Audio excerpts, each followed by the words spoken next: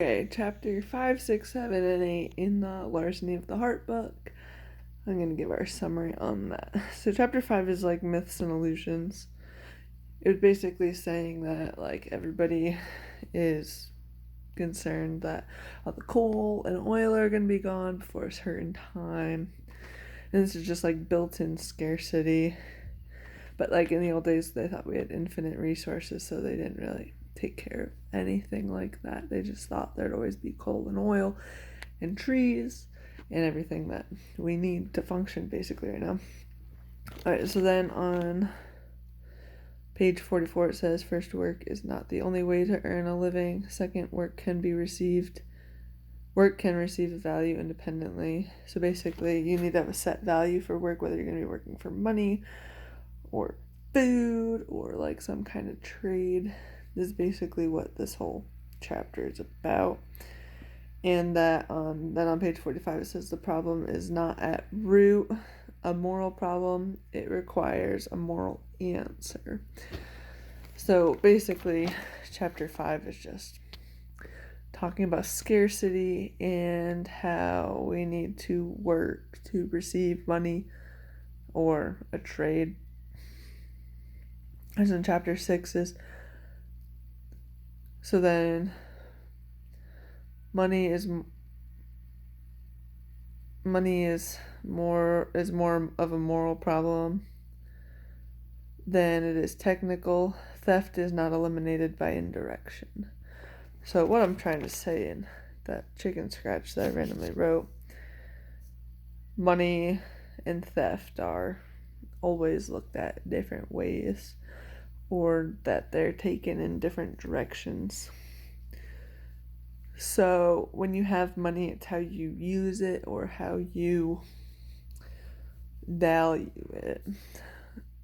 So then, like it says later on in chapter 8, we'll talk more about that. And then theft is not eliminated by indirection. So even if you're stealing something back from a thief, you're still a thief.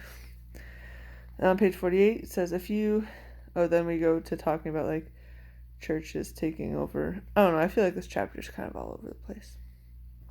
It's like on page 48, few churchmen are interested in creation mandate. Moreover, doctrine, thou shalt not, are more church ordained than God given.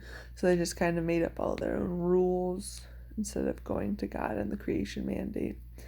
But the state is not God. So there's differentiation between church and state still, which is the laws here in America too.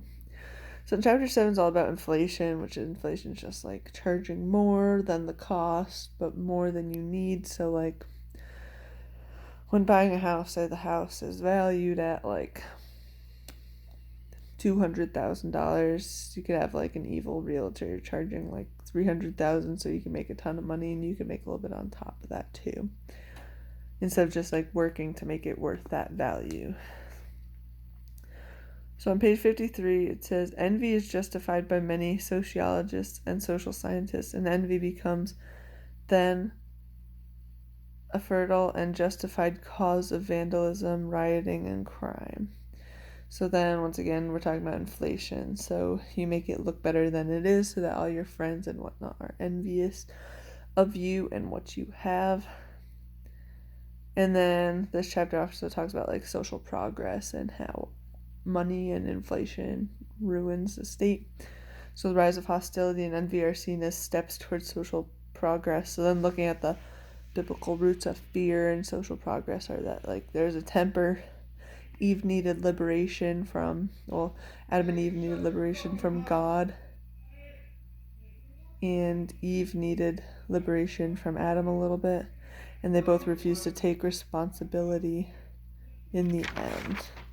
So then chapter 8 is all about the love of money, and the love of money is the root of all evil, not wealth, and that we need to be responsible, not like using our money unwisely, because like it says, like the love of money, it doesn't mean if you're wealthy you're evil. And that's all. Sorry I look like crap, I don't care, I don't have anything to do.